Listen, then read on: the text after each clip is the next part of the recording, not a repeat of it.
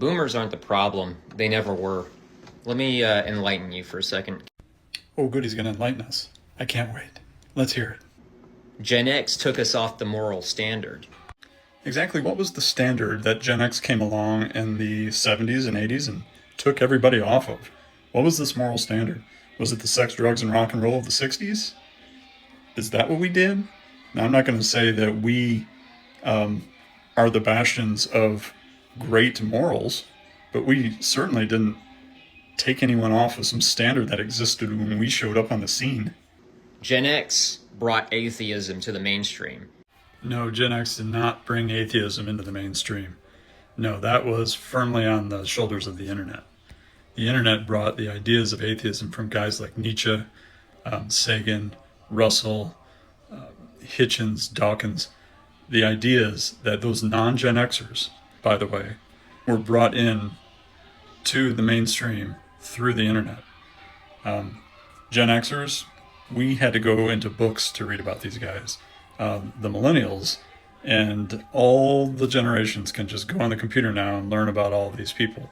Gen X certainly didn't lead the charge of atheism into the culture. Gen X decided to elect the people that brought us to where we are now.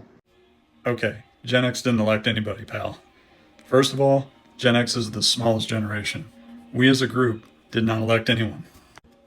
All those old people that you don't like, that's running the show, Gen X didn't elect any of them. Joe Biden, he came into the Senate, he came into the government in 1972. 1965 is your oldest Gen X.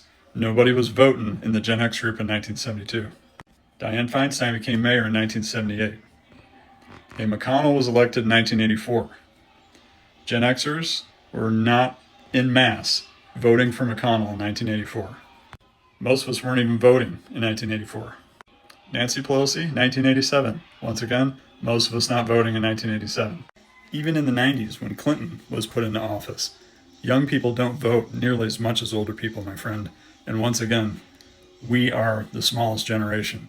Also, you don't get a big agreement from Gen X on specific political ideology either, okay?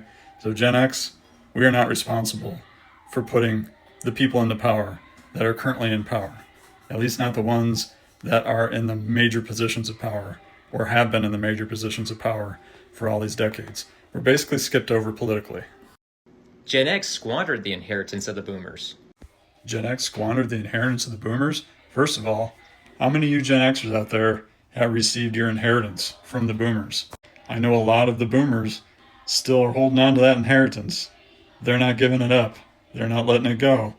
Or they're the ones that are spending it. They're certainly not handing it down. And a lot of us Gen Xers who were raised by boomers, there was no inheritance to hand down. No inheritance. Okay? So this idea that the Gen Xers are sitting around with all this inheritance money from the boomers is crazy. Gen X decided that they were better than everybody else because they were latchkey kids and they needed to rebel. I don't think this guy knows what a latchkey kid is. Yeah, we might talk fondly of the days of us being latchkey kids, but in no way, shape, or form do we think that that makes us better than anyone else. That's not a thing. Gen X is the reason for all our problems, and they continue to be the reason for all our problems, and they're the last generation that will be a problem. We are the last generation to do a lot of things, namely spend an entire childhood without the internet.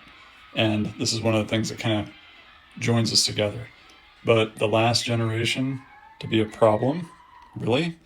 Have you looked in the mirror? Because your generation and the generation coming up after you have quite a few problems, my friend. And when you stop blaming everyone else for your problems, you might be able to figure out some of your own.